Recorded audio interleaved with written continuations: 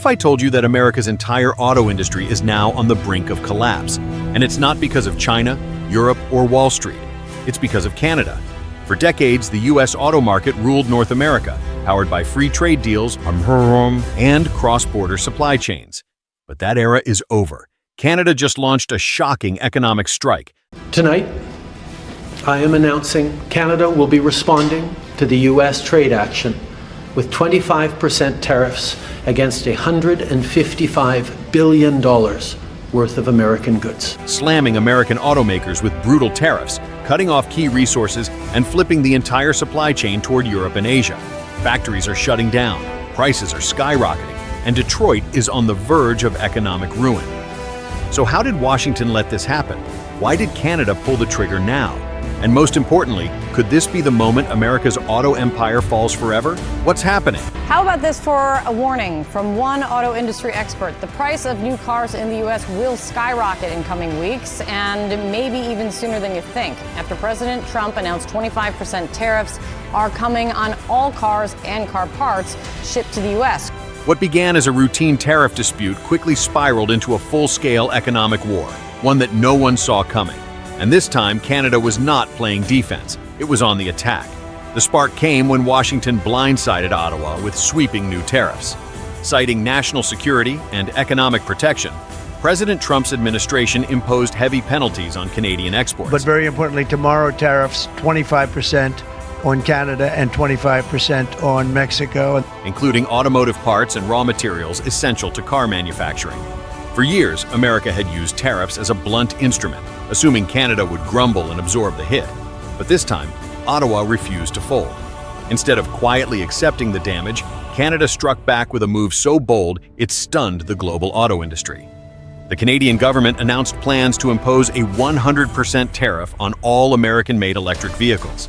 It wasn't symbolic, it was an economic bombshell. If implemented, every Tesla, Ford, and General Motors electric vehicle sold in Canada would instantly double in price. The message was clear. Canada was done playing nice. Overnight, Ottawa shed its image as America's cooperative neighbor and revealed a new, aggressive trade strategy. And no company felt the blow faster or harder than Tesla. How Canada's move targets Elon Musk. When the Canadian government announced its 100% tariff threat on American-made electric vehicles, it sent a very specific signal.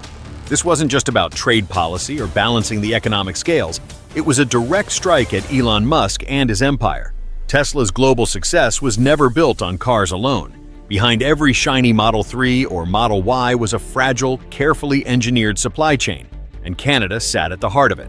What many casual investors and consumers never realized was how dependent Tesla had become on Canadian resources. Nickel, lithium, aluminum. These were the raw materials that powered Tesla's electric revolution, and Canada was one of the largest and most reliable suppliers. So when Ottawa retaliated against Washington's tariffs, it wasn't just slapping taxes on finished vehicles. Behind closed doors, Canadian officials made it clear they were considering severe restrictions on the export of these critical materials to the United States. For Tesla, this was a gut punch. Without access to affordable, stable supplies of Canadian minerals, the company's entire production model was under threat. The market reacted immediately. Tesla's stock, already under pressure from inflation and growing competition, took a nosedive. Wall Street analysts warned that if Canada followed through on resource restrictions, Tesla's production costs would skyrocket. Investors panicked, fearing that Musk's fragile empire was more vulnerable than ever. And it wasn't just about costs. The uncertainty sent shockwaves through Tesla's manufacturing ecosystem. Production schedules were thrown into chaos. Procurement teams scrambled to find alternative suppliers, knowing full well that replacing Canadian resources would not be fast, easy, or cheap. But the damage didn't stop there. As tensions between Washington and Ottawa escalated, the most immediate victims were not politicians or CEOs. They were factory workers in Michigan, Ohio, and Ontario.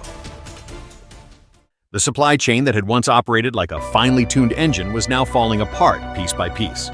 For decades, the US-Canada auto supply chain had been seamless. Vehicle parts flowed back and forth across the border multiple times before a single car rolled off the production line.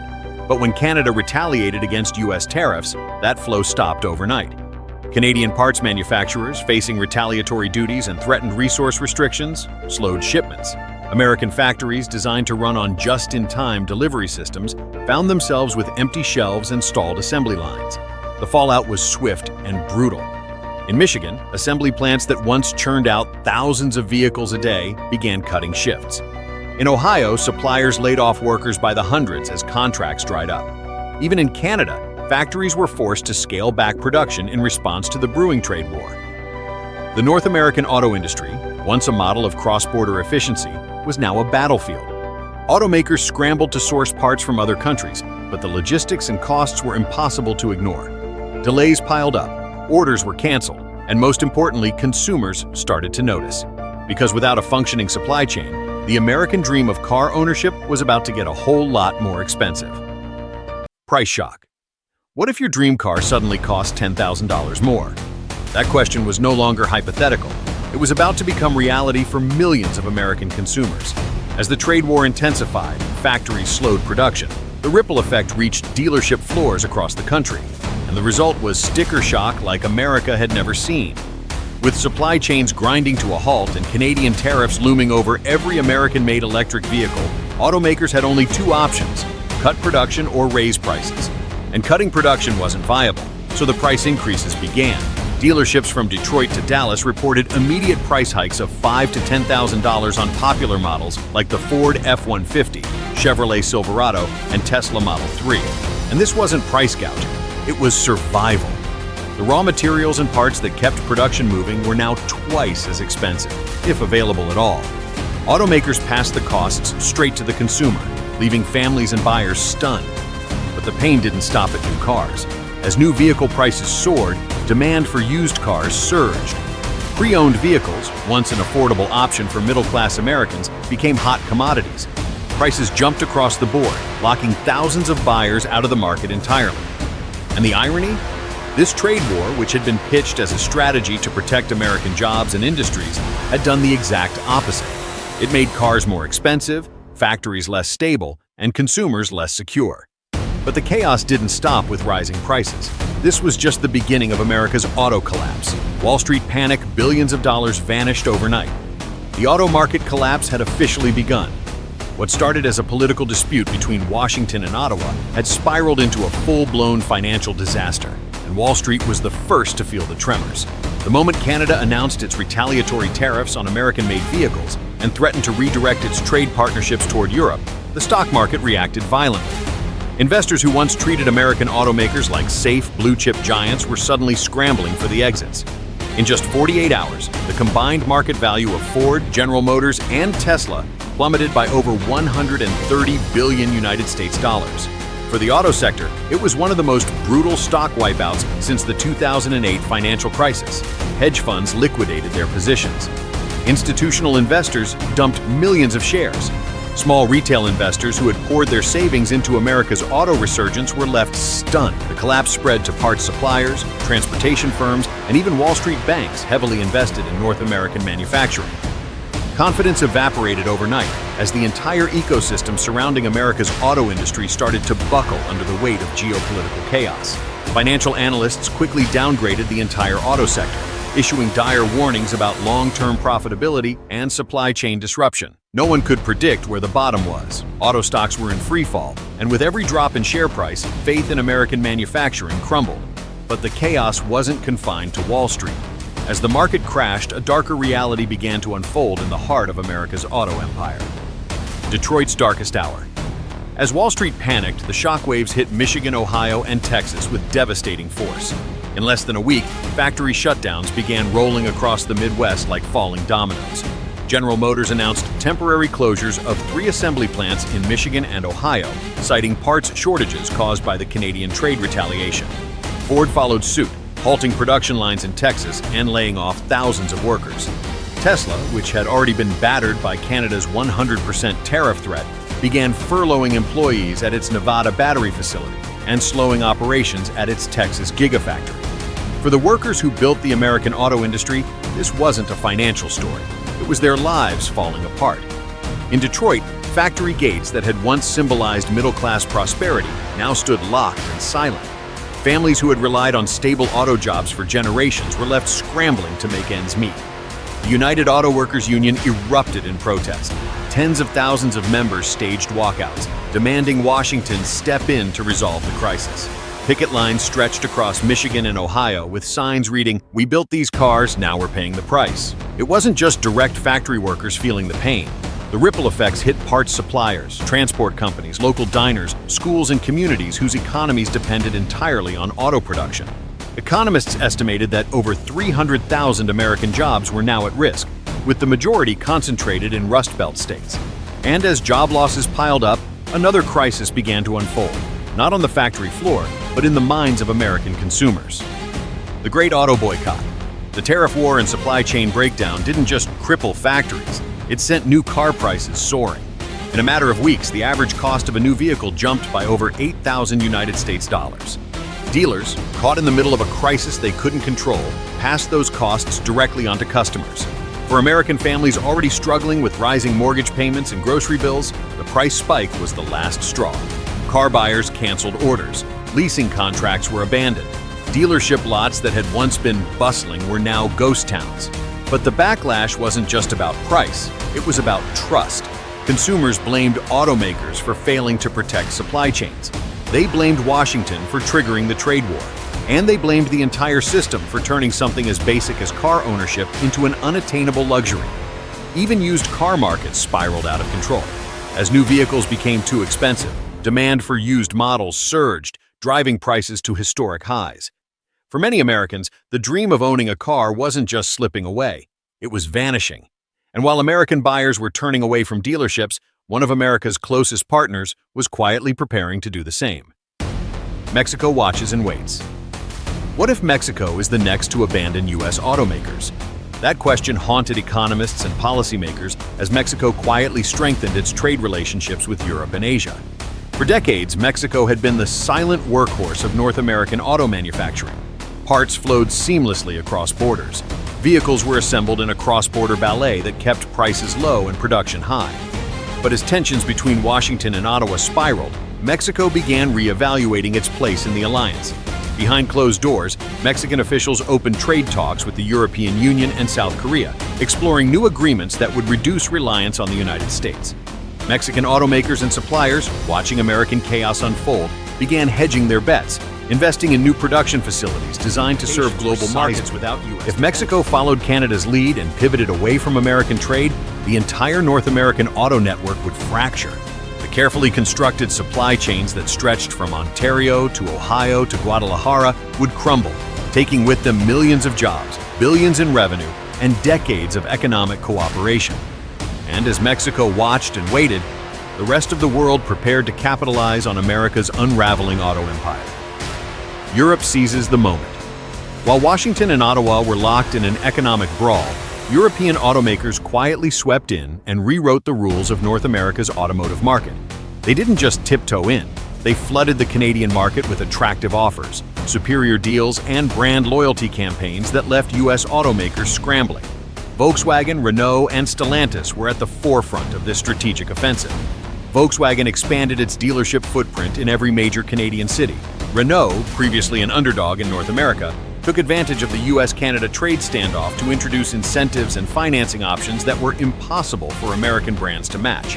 Stellantis, the parent company of iconic names like Peugeot and Citroën, sealed trade partnerships that bypassed US tariffs entirely. The advantage wasn't accidental.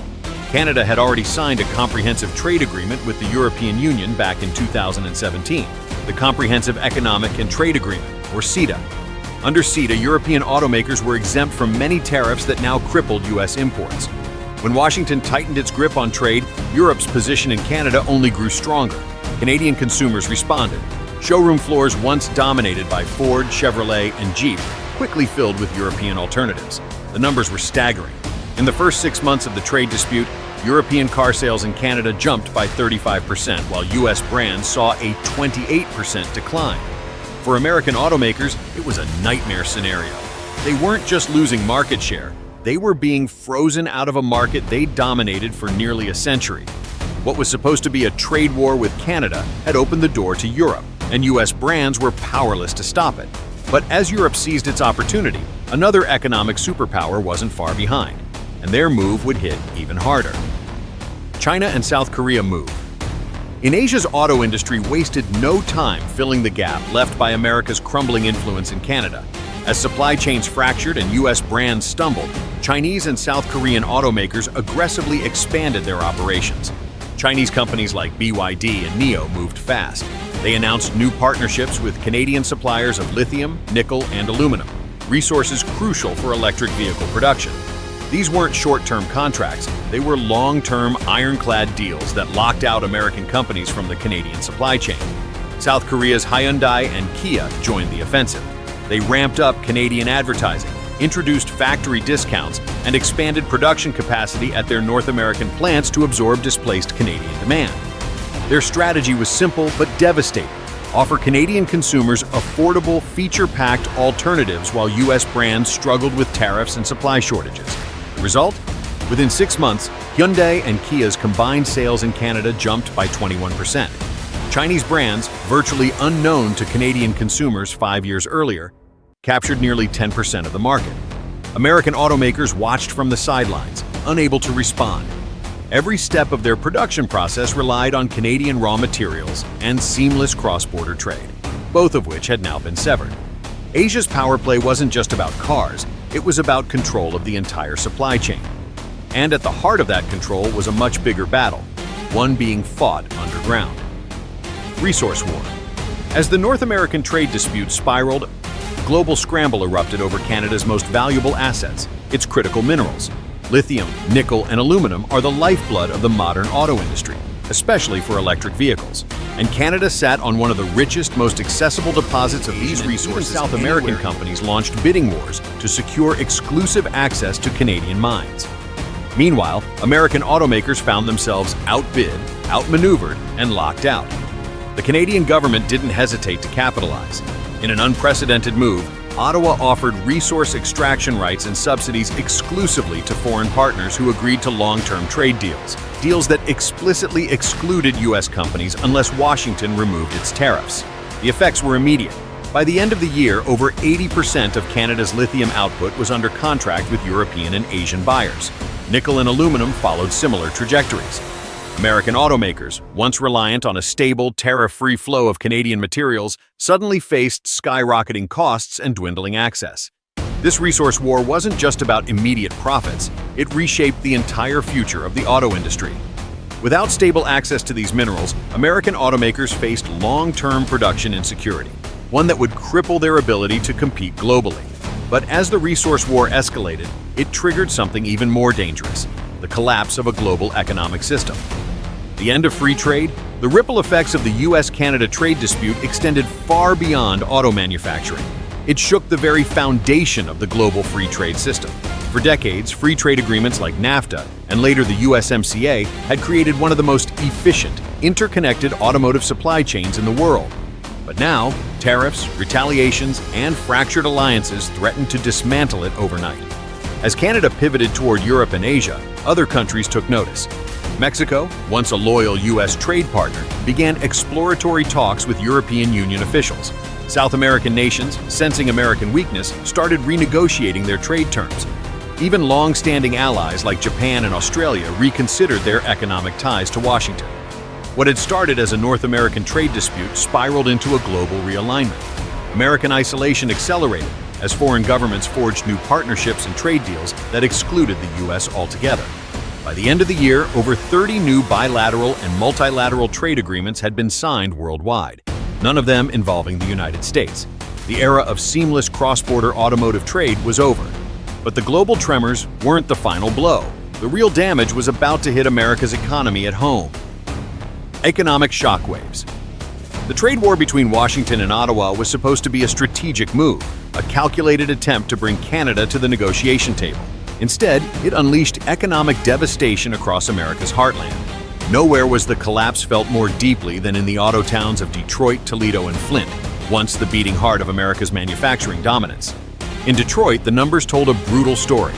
Within 6 months of the tariffs taking effect, over 45,000 auto manufacturing jobs were lost. Major assembly plants sat idle. Production lines that had once run 24 hours a day fell silent.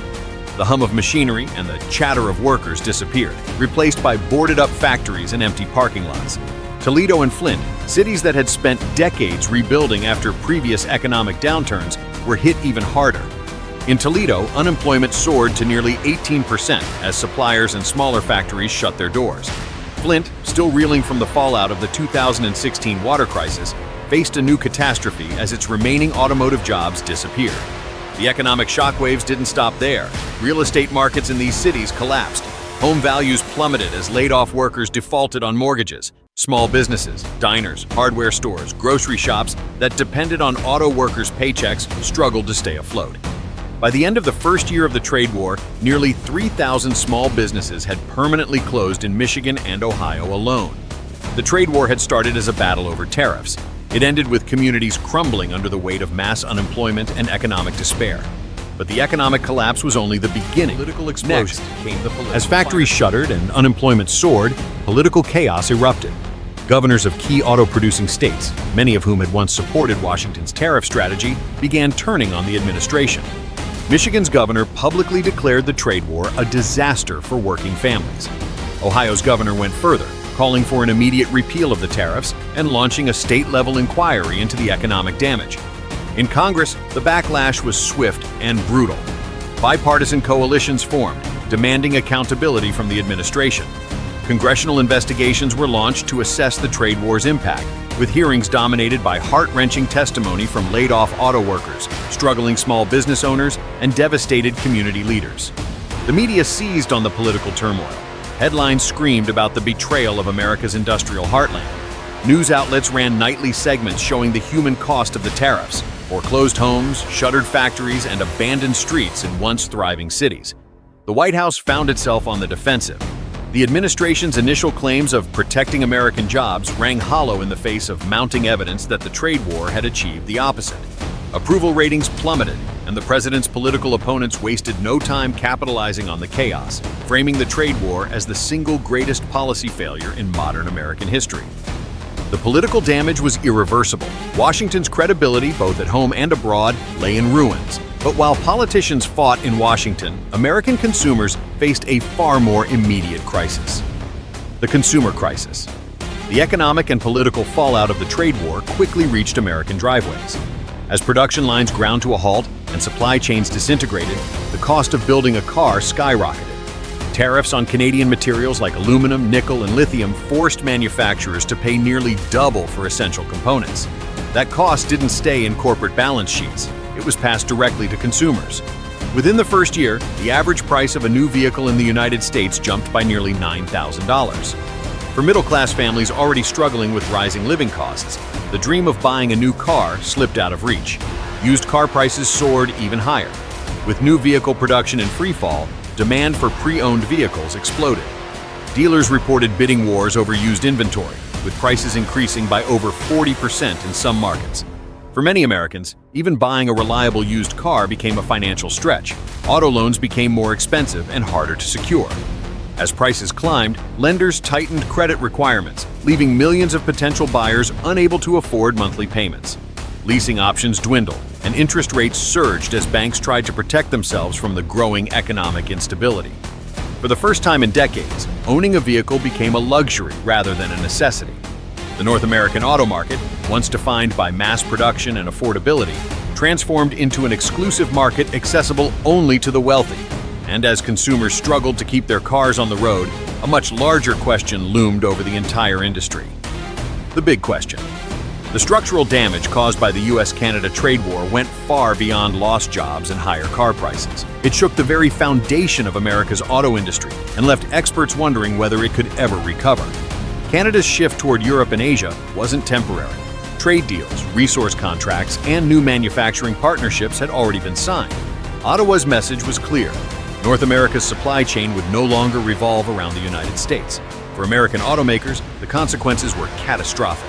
Without stable access to Canadian raw materials and manufacturing infrastructure, production costs remained permanently higher. International competitors, meanwhile, enjoyed tariff-free trade with Canada and access to its critical resources. For millions of American workers, the damage was permanent. Factory closures, layoffs, and community decline became the new reality. The American dream of prosperity through industry crumbled alongside the nation's auto empire. Has the North American auto industry just collapsed beyond repair? Or is this the first domino in something even bigger? Let us know your thoughts in the comment below.